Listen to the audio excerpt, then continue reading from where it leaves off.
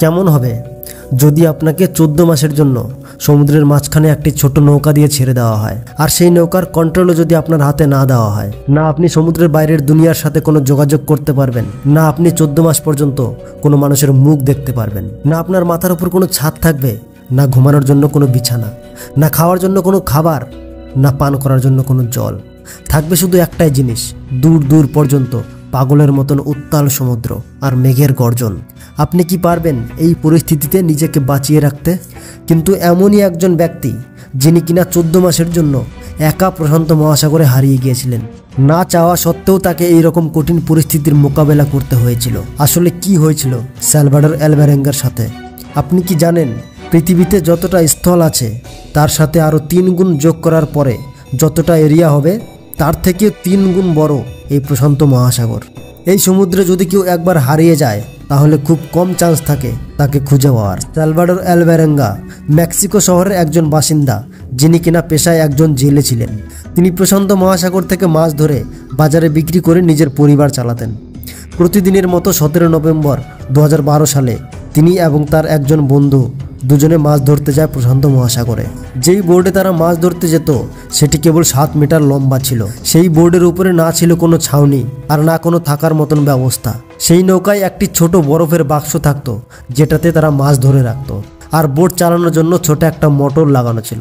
তারা দুজনেই আগে থেকে জানতো যে সমুদ্রে ঝড় আসবে, কিন্তু তবুও মাছ ধরে বেশি টাকা রোজগার করার জন্য তারা সমুদ্রে যায়। তারা জীবনের ঝুঁকি নিয়ে সমুদ্র পার থেকে প্রায় 120 কিলোমিটার ভেতরে চলে যায়। রাত 1টার সময় তারা ঝড়ের কবলে পড়ে যায়। 6 ঘন্টা পর্যন্ত তারা চেষ্টা করে বোটকে সমুদ্রে পারে নিয়ে যাওয়ার। তারা প্রায় চলেই এসেছিল। তারা মাত্র 24 কিলোমিটার দূরে ছিল সমুদ্র পার থেকে। আর ঠিক সেই সময় বোর্ডের মোটর খারাপ হয়ে যায়, কিন্তু বোর্ডে লাগানো রেডিও তখনও কাজ করছিল। রেডিওর সাহায্যে তারা নিজেদের লোকেশন তার বসকে পাঠায়। কিছুক্ষণ পরে তাদের রেডিও ব্যাটারি ডাউন হয়ে যায় এবং রেডিও অফ হয়ে যায়। তারপর তাদের সম্পর্ক বাইরের দুনিয়ার সাথে বিচ্ছিন্ন হয়ে পড়ে। তারা সমুদ্রের কিনারা দেখতে পাচ্ছিল, কিন্তু বিপরীত দিকের হাওয়া এসে তাদেরকে ধীরে ধীরে সমুদ্রের ভেতরে নিয়ে যেতে থাকে। প্রায় 5 দিন হয়ে যায়, আর 5 দিনে তারা প্রায় 450 কিলোমিটার সমুদ্র পার থেকে ভেতরে চলে যায়। তাদের চারদিকে শুধু নীল সমুদ্র ছাড়া আর কিছুই দেখা যাচ্ছিল না। আর এত বড় সমুদ্রে তাদের নৌকা ছিল খুবই ছোট। তাদের কাছে এমন কোনো জিনিস ছিল না যার সাহায্যে তারা সিগন্যাল দেবে সাহায্যের জন্য। এমন পরিস্থিতিতে তাদের খাবার ছিল সমুদ্রের মাছ, কচ্ছপ আর সামুদ্রিক পাখি। তারা সমুদ্রে ভেসে আসা প্লাস্টিক বোতল পায়। সমুদ্রে ভেসে আসা প্লাস্টিকের বোতল তারা জোগাড় করতে থাকে, আর যখনই বৃষ্টি হয় তারা সেই বোতলে বৃষ্টির জল স্টোর করে রাখে।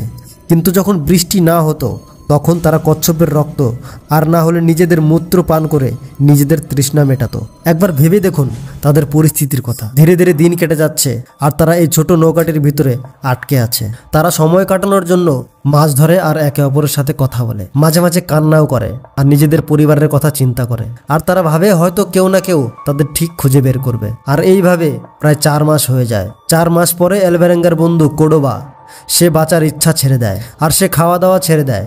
আর ধীরে ধীরে তার শরীর দুর্বল হতে থাকে, আর এতটাই দুর্বল হয়ে পড়ে যে সে কয়েকদিন পরে মারা যায়। এই সময় কেমন একটা ভয়ানক পরিস্থিতি ভেবে দেখুন। তার একমাত্র সাথী সেও কিনা তার সাথ ছেড়ে চলে যায়।